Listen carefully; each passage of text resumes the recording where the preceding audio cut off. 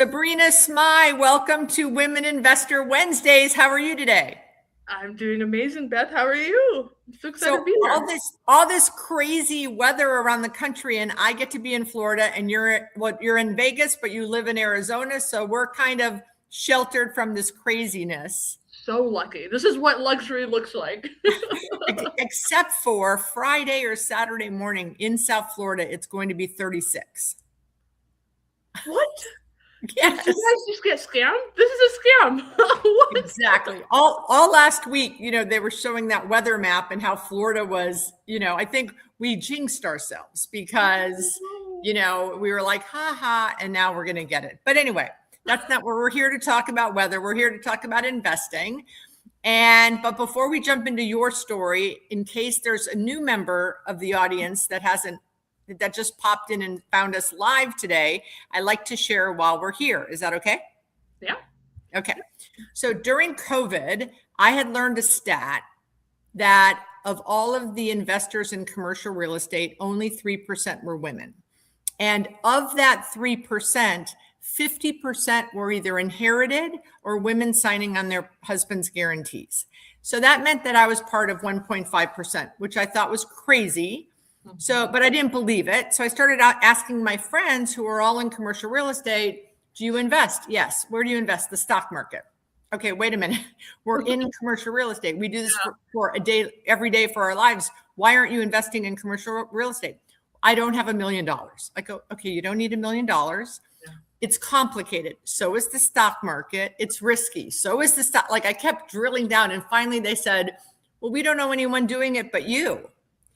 And I said, aha, that makes sense since there's only 3% of us doing it. So I said, that's a problem that I can solve.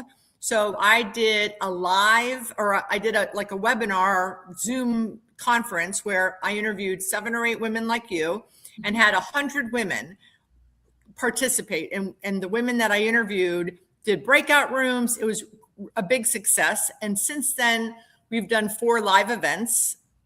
Our next one is in March. And we have about 250 women attend, and it's fabulous. And what we're seeing is women in the audience are now investing with each other. Wow. Which I love. So what I realized is why they're investing with each other is because the group is small enough that they're meeting each other year after year in attending the conference. They're trusting each other. So instead of having the conference go bigger, I'm keeping that intimacy. But I realized I had announced a few years ago, my goal was to take the 3% to 10%. And then last year, the theme of the conference was Think Bigger. And I adventurously announced I wanted to take the 3% to 30%. Wow. And I'm realizing I can't do that by having a conference limiting it to 250 women every year. So I said, let me do a weekly podcast, because that means I could interview 50 women like you and more exposure. And no, I don't want any woman to say, I don't know any women doing it. Because now I can say, go look at my podcast. I've interviewed 130. Wow. So that's why you are here today on the podcast. I'm so honored. And I'm so excited to be a part of this 30%. Okay, so let's talk about what did you do before you started investing? Because you did something before. You've been investing for 7 years, or did you start right out of school? What's the path? Yeah, no, I did not start right out of school. I actually worked as an AI engineer at Microsoft and several other companies. So for about 10 years, my career was AI engineer. I was a coder. I built a lot of the technology that you guys see today.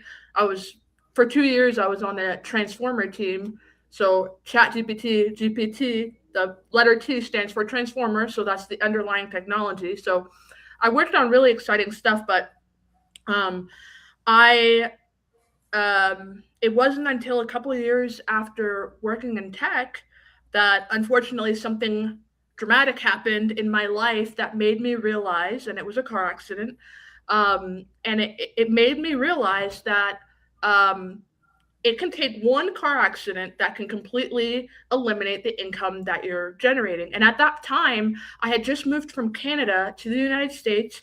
And after 3 months of moving to a different country with nobody here, I got into a car accident where I had to relearn how to walk and relearn how to use my eyes. And that was the moment that I'm like, I can get fired at any point.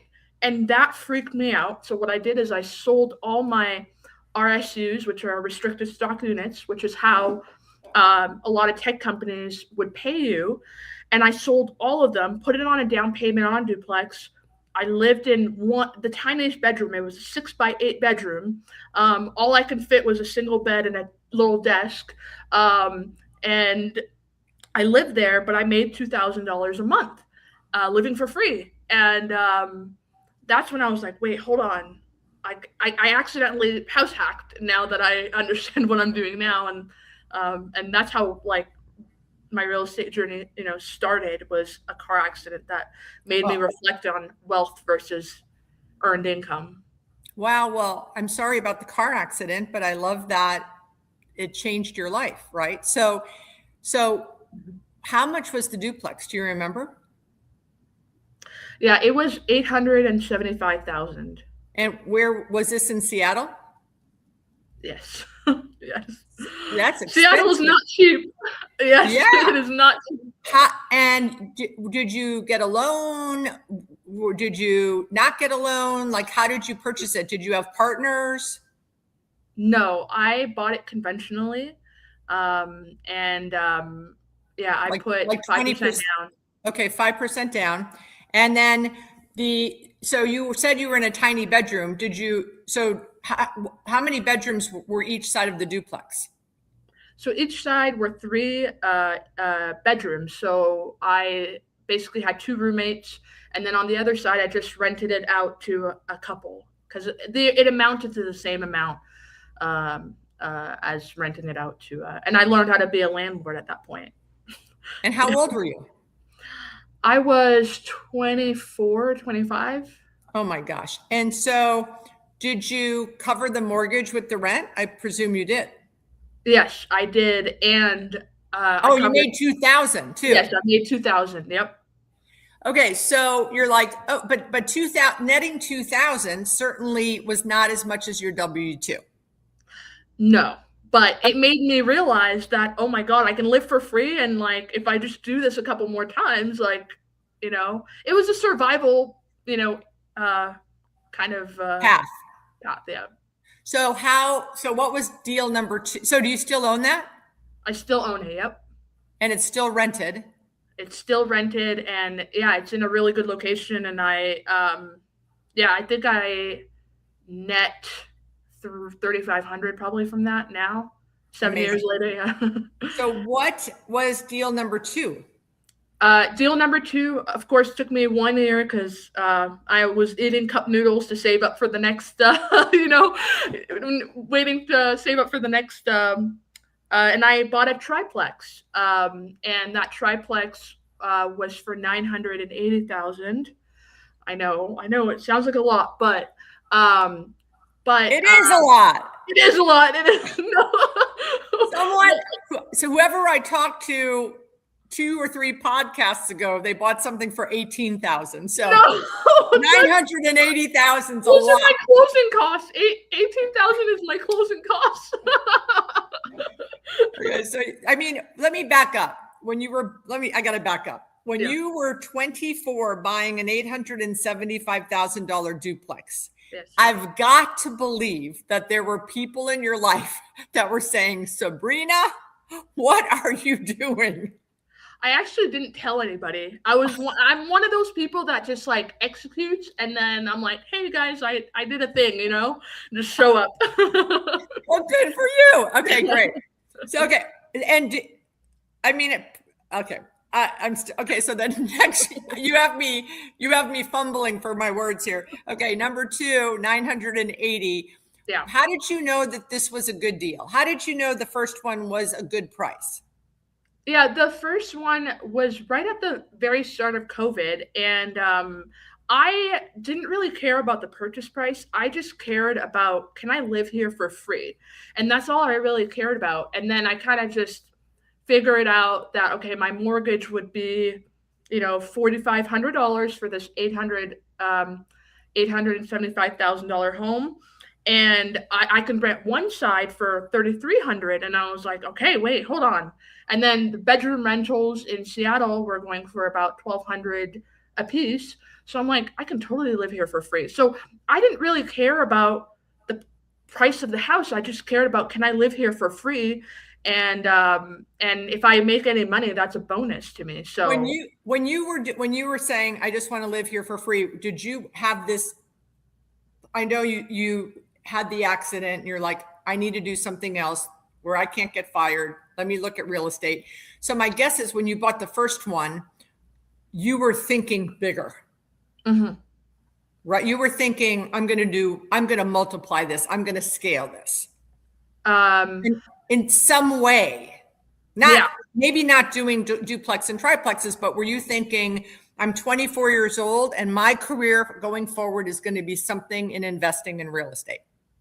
Truthfully, no. I did not think that, because I was just trying to survive and trying to not get fired at work. But my initial reason for buying that house is, if I do get fired, I have a roof over my head. And so you kept working. So you kept working. Yes, I kept working. So you had a free roof over your head, renting the bedrooms, renting the side thing, becoming a landlord, still being a tech girl, doing tech stuff. Yes. Okay. So a year later, you're still working your W-2 and you buy triplex. Yeah. And at this point, I upgraded from this closet of a bedroom to my own basement unit. Woo! It was dark. I had one window, but you know what? It was a basement unit. Awesome. So, and you rented that out successfully. Yes.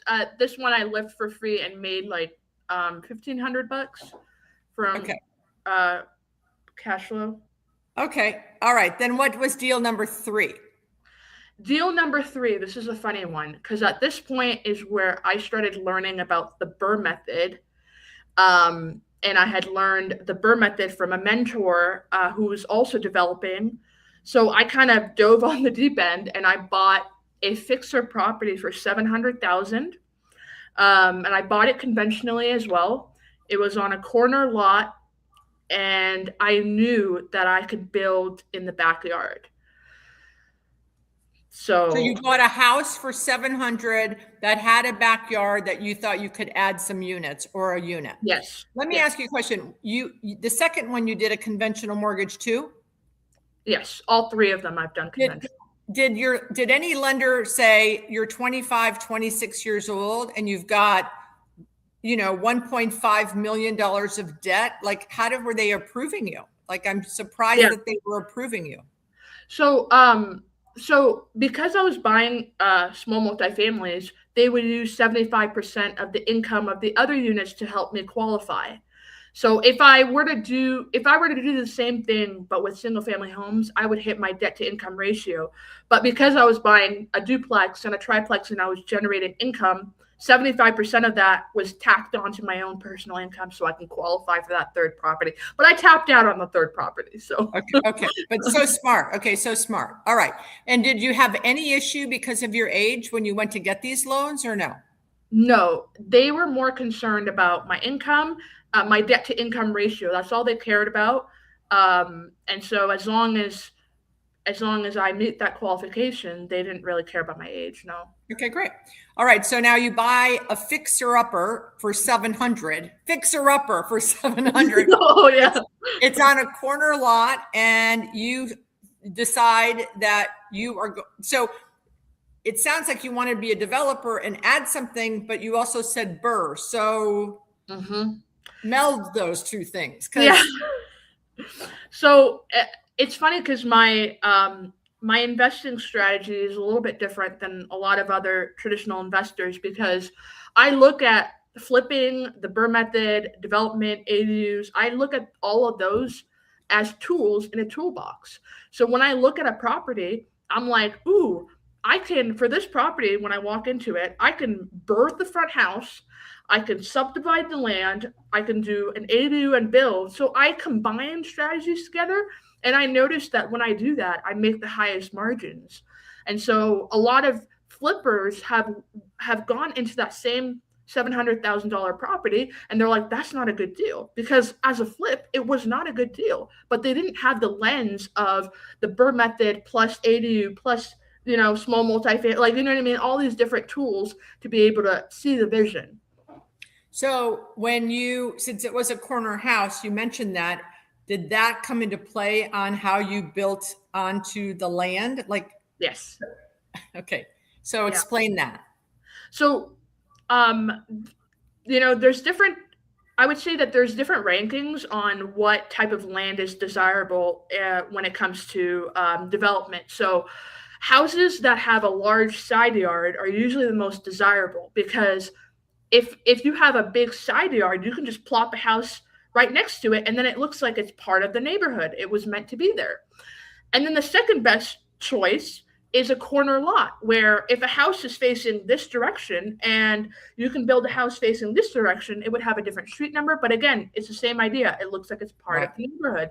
And then the third best is on an alley, where you can build facing the alley, but you would still have privacy, because they can enter their home through the alley. So there's different rankings on what is desirable for a developer. But I love corner lots because I can build a house facing a different street, and it just looks like it was meant to be part of the block. So had you ever done anything in construction or building before you bought this corner lot?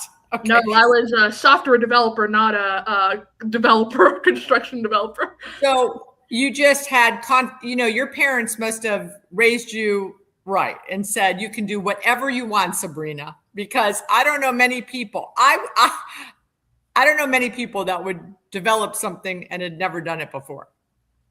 Yeah. Well, truthfully, I actually had a real estate agent that told me that if I buy a house with him, that he would teach me the development process. So what I did is I found a house and I was like, write it up. Here, take the house, write it up. It was an easy $35,000. And then the moment that so I basically gave him the house.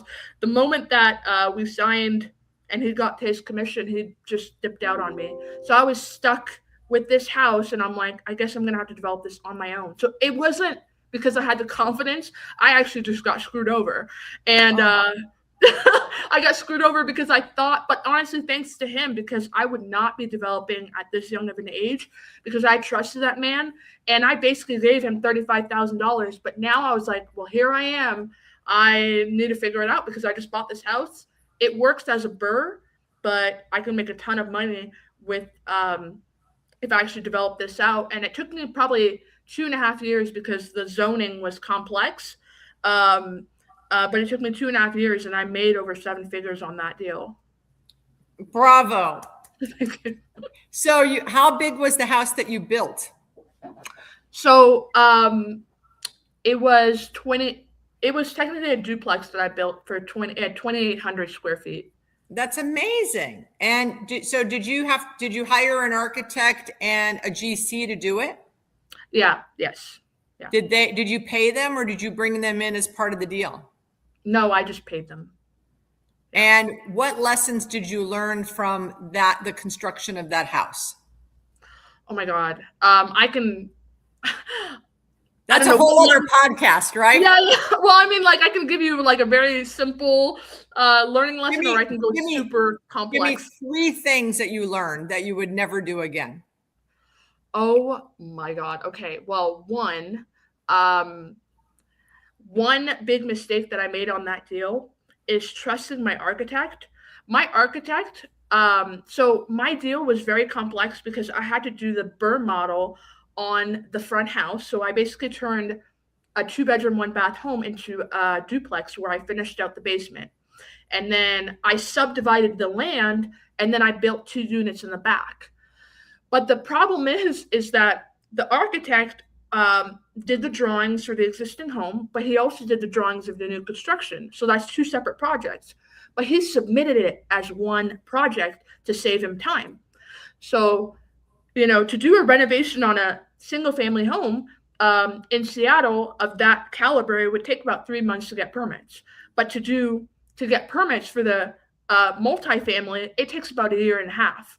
But the problem is that he submitted at the same time. So what that means is that I could not renovate that front house until I got the new construction permit. And that literally was the biggest waste of money. And he has costed me over 6 figures because of that. For sure. For sure. Yeah. Okay. But good lesson learned, right? Good lesson. That was your master's class right there, right?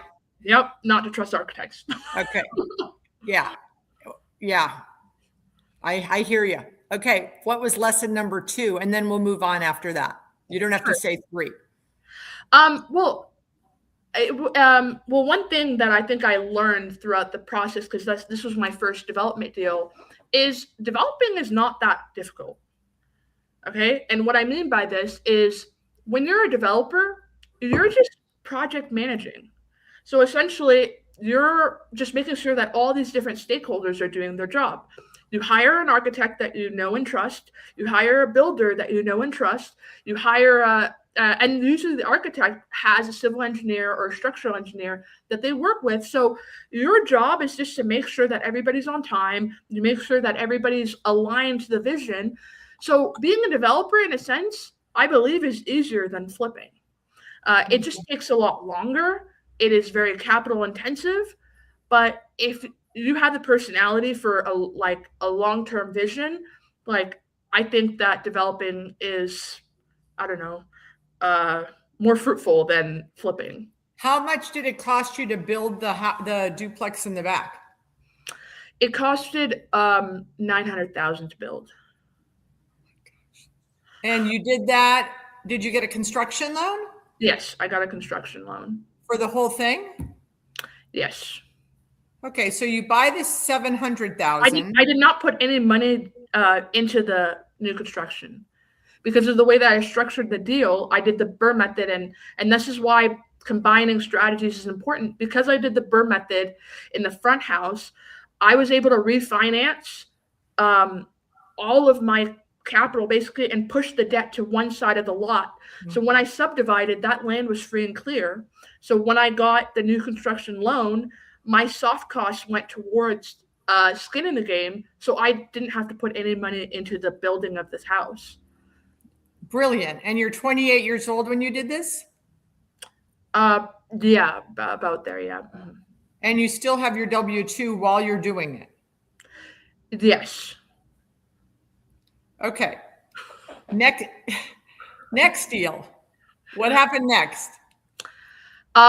This next deal, I actually find very interesting. It's probably my easiest deal. Oh, wait, 1 second. Do you still own that one, or you flipped out of that completely? You still own it? I still own it. And all of it's rented? All of it's rented. I love that you're holding all of these. Okay. I've never sold a house in my life, actually. So everything you've invested in, you still have? Yes, that's right. So you're probably the only person in the 130 interviews that can say that. Oh, cool. Oh, I don't know if that's a good thing now. It is. It's a phenomenal thing. Everything I've ever sold, I wish I didn't sell. And most people would say that. All right. Phenomenal. Okay. Sabrina, number 4. Okay. This deal is probably the easiest deal that I've ever done. It's my favorite deal. And it's funny because my lender still till this day, whenever she goes out to conferences, she's always presented this deal as her most creative deal. So I bought this house from a flipper. So he made it look all pretty, and it was from a flipper. And he converted the garage to a little studio, and it was on an alley. So it looked gorgeous. But again, all these flippers went into the house. They're like, it's already pretty. They just walked away. But when I walked into this property, I saw that there was essentially an accessory dwelling unit that was converted in the backyard on an alley. And in Seattle, on a single family zone lot, you have the ability to condominiumize smaller lots and sell those separately or refinance them separately. So it was one big parcel. So one big parcel, there was a front house that was already flipped and beautiful. There was a tiny little 368 square foot ADU in the back with an alley. And my value add, Beth, was $75,000. And all I did was condominiumize the lot. And then I added one wall in the ADU. And just by doing that, my all-in cost, because I bought it for $700,000, put 75 into it, so my all-in cost was $775. And after doing the condominiumization, which took about 6 weeks to do in total, the value jumped from my all-in cost $775 all the way to $1.25 million. Brilliant. That one deal made more than my tech job yearly salary in 6 weeks. That blew my mind. And that's when you quit your W-2. I mean, I think it was around that time, actually. Yeah. So I'm like, there's something interesting. But I did not sell it. I cashed out $250,000 tax-free money that I went and did more deals. Wow. Okay. So fast forward between that deal and now, how many deals did you do between that deal and where you're at today? So I have 20 doors. Awesome. Yeah. So what are you doing now? Well, so you were doing some ADU stuff, but now you just told me before we got on live that you are building an apartment complex. Yes. Yeah. On a tiny lot. Very tiny. So yeah. How many units are you building and how big is the lot? So it's 15 units, and we're building that on basically 9,000 square feet lot. So obviously no parking, no garages. Actually, funny enough, there is parking for every unit. Okay, how much was the lot, the 9,000 square feet? 1.5 million. Okay, and how much is it going to take you to build the 15 units? I think it was about 7 million. It's been a while since I've heard the numbers, so they're probably incorrect. I don't know what it appraises for because it's been a while. Is it 2-story or 1-story? So they're basically row homes. So I don't know if you've seen those row homes. They're very popular in Seattle, but they're basically like 3 stories, 12 to 1,400 square feet each. But yeah, they're attached to each other. Basically townhomes. So are they 5? Is it 5, 3 in a row like that? Like 5, 5, 5, and 5? No. So each home is 3 stories. So there's each home is 3 stories. Yeah, they're small spaces. Yeah, it's probably like, I don't know, 400 or 500 square feet each level. Got it. Yeah, they're townhomes. Yeah, and then 15 in a row. So it's about, I would say, 5 in a row and then 4 in a row, and then we're building 3 single family homes and 3 detached ADUs. And the detached ADUs are basically 6 single family homes that are detached. And the 1.5 to buy the lot, conventional loan again? No, that's all hard money. And what are you paying on the hard money? We're still working on that, so we still haven't submitted to the city on the plans quite yet. So, but the plan is, to have all the interest at the end, so we're not going to pay any interest payments. There's some lenders for a lot of these larger deals that they'll be creative and allow us to not pay. So we haven't closed on the property. They're going to do that upon permits. Right. Okay. So that's we're saving some money there, and then we're not going to pay for interest until the very end of the loan. Great. And then how are you going to get a construction loan? Through a hard money lender. You're not concerned about the interest rates of hard money lenders being higher than conventional? Well, for construction loans, I mean, the construction loans are pretty much at par for new construction as conventional right now. Okay. And how do you find the hard money lenders? Um, so usually through connections. So I've used the same hard money lender for the last couple of years on my fix and flips and ground up construction. But for this deal, I'm going. We're probably going to be going with a specific type of lender that works with a lot of the builders around because they're more creative. They're a little bit more expensive, but you're compromising for their ability to, um, you know, be creative and help us save upfront capital at the beginning. So And you're doing this in Seattle, even though you've moved now to Arizona. yeah. And so do you go back and forth? Sometimes, yeah. So every couple months I need to be on site because I've noticed that, things aren't progressing as quick and as quick. So I'll just stop by if something needs my attention. But so every 2-3 months I fly to Seattle. And then yeah. So what is Sabrina Smai going to do next? Well, Because what are you, all of 32 now? 31, yeah. And how, if you had to put a value on your portfolio, what do you think it would be? Well, without this new development, Yeah, without this one, without this one, it would be 15 million. Bravo, my friend. Bravo. 31 years old. Thank you. I appreciate it. So what's next for you? What do you want to do more of 15 unit ground up development, or you could get into the shopping center business like me? I would love to pick your brain on that because I'm looking for other ways of because my strategies are very appreciation heavy, so that's why I bought a small multifamily in Arizona, and that is once stabilized will cash flow. But I have not been focusing on cash flow very much. I've been focusing on forced appreciation by adding units and cashing out tax-free money, but that doesn't pay the bills and that doesn't there's no today money. There's no today money. Yeah. So my goal is to focus on today money. So I've been doing a lot more consulting in the ADU space, coaching.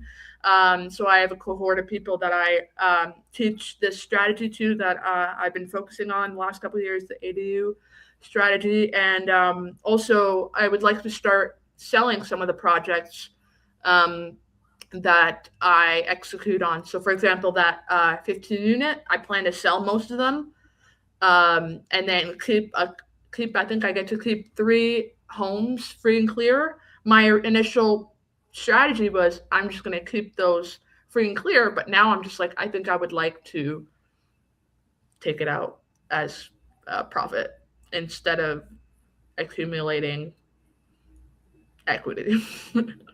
I love it. Oh my goodness sakes. So impressive. So impressive. So are you happy you left your W-2? Honestly, that's a hard question because I feel like it wasn't by choice. Because of my car accident, I actually my brain just doesn't function the same way. So it was my passion. It was a passion of mine, but unfortunately, it just doesn't work out to work in that role. So, am I happy about how it worked out? 100%, definitely. Well, it sounds like your brain works really well in real estate. In real estate, yeah. Yeah. Sometimes everything happens for a reason, right?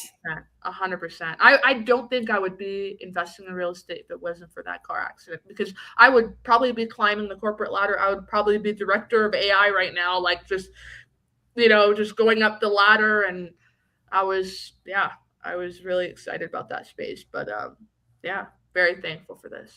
So tell us about your coaching and your consulting if people want to reach out to you.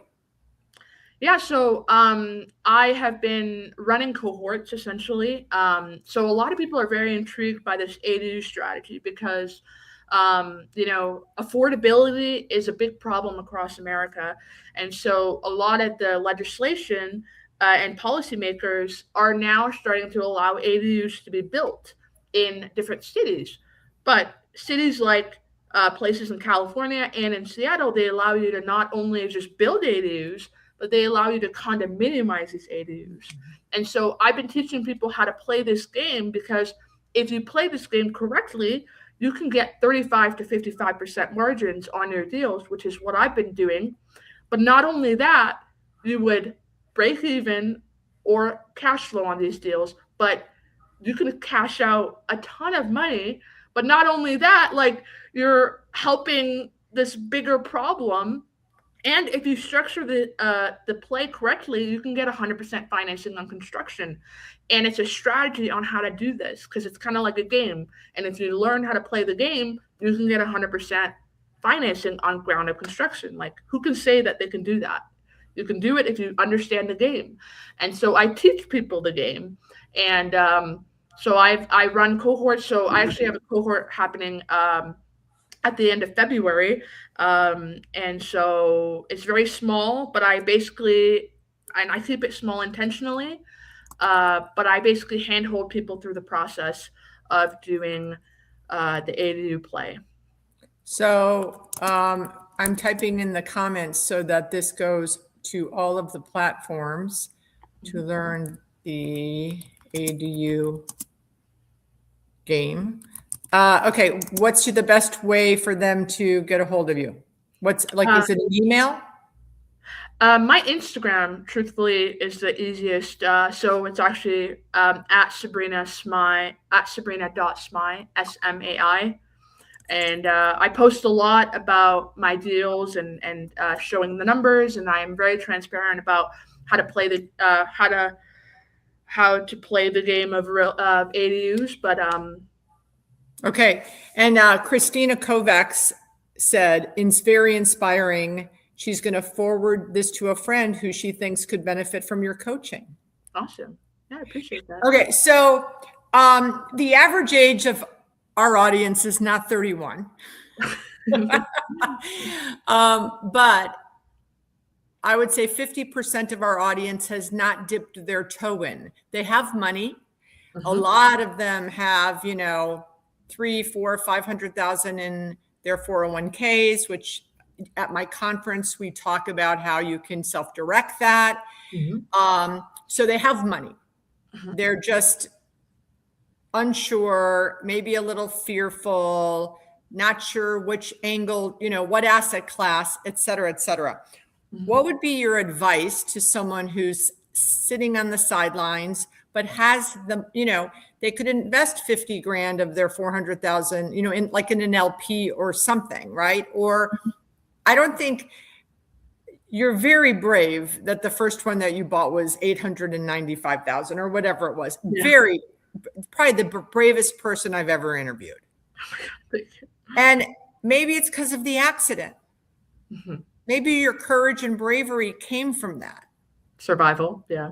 The courage came. Yeah. So, but what would be your advice? Your 31-year-old advice with a $15 million portfolio value, not including the big thing you're working on now. So impressive. What would be your advice to the audience who hasn't dipped their toe in yet? Yeah, I mean, I think that's a really good question, because I feel like this is the part where a lot of people get confused, because everybody has different strategies, and all these gurus and all these people just giving you advice, and all these people that are giving you advice are probably not wrong.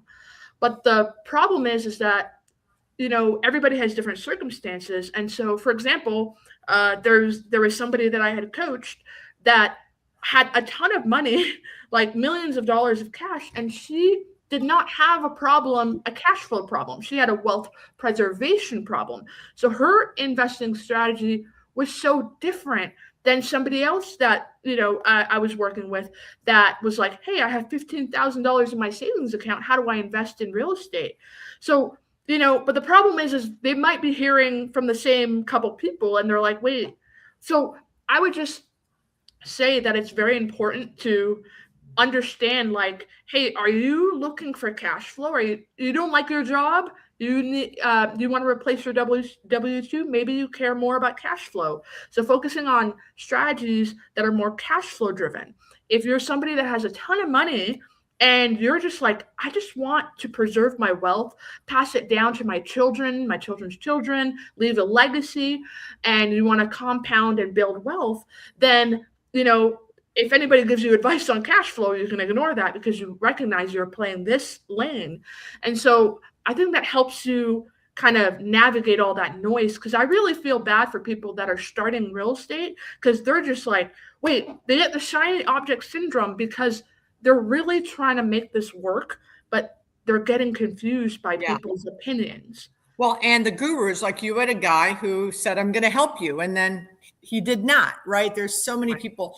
I was on a presentation 2 weeks ago, and I heard this, that people invest differently for different reasons. One, like you said, cash flow. Two, wealth preservation, right? Long-term value. Right. 3, liquidity. Real estate's not the place to invest if you want liquidity. That's right. 4, joy. Like ILP in women's deals, it brings me a lot of joy to give 25,000 over 17 women's deals. It brings me joy. I help seed as a little piece, but then I invest, and then my friends invest, and it helps the women raise money in syndications. Impact. I love that. I invest with a friend who does multifamily in Hispanic neighborhoods in Miami to immigrants. It's very impactful what she does, and I contribute to that and feel the impact. And then there was one more: cash flow, liquidity, joy, impact, tax savings. Tax savings, right? So yes, you have to decide what is it that you want to, what is the reason for the investing? So excellent point. Okay, well, Sabrina, youngest, you're not the youngest. Okay. You're the youngest, I think, with the largest portfolio. You're certainly the only person that has held everything they've invested. For sure, I know that. That I know for sure. Well, that will change for sure, because my focus changed a little bit. Yes, your reasons change, right? Like I've developed 2 shopping centers. My last one, I bought a 2-story office building in 2016. I built a strip center and then a Wawa, and I sold both of them last year. And someone just brought me a land deal to develop. I said, I'm 65. I'm not doing this for 10 years. So I can't be a developer. Right. But I brought in a partner who might be the developer, and I'll help, but I'm not going to run that deal because I don't want to be doing this till I'm 75. Not interested. So your reasons definitely change. Yeah.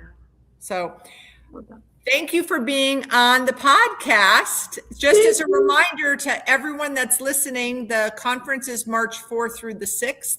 We have 19 tickets left. The hotel, my block in the hotel is sold out. You can still get rooms in the hotel, but not at the discount that we had. And there's hotels nearby. So if you're interested, just go to bethazor.com and sign up. 19 tickets left. It's going to be amazing. Women like Sabrina that I'm going to be interviewing, and they're going to be doing breakouts, and we have a bus tour around my assets. So it'll be fun. Sabrina, thank you for being here. Awesome. So inspiring. I am so proud of you, the younger generation, if you are a representation of that. You're so wonderful, and I'm very thankful to be here. So thank you for this space that you created, and for me to be a part of it. So very thankful. So rock and roll. Good luck with your development. Thanks so much.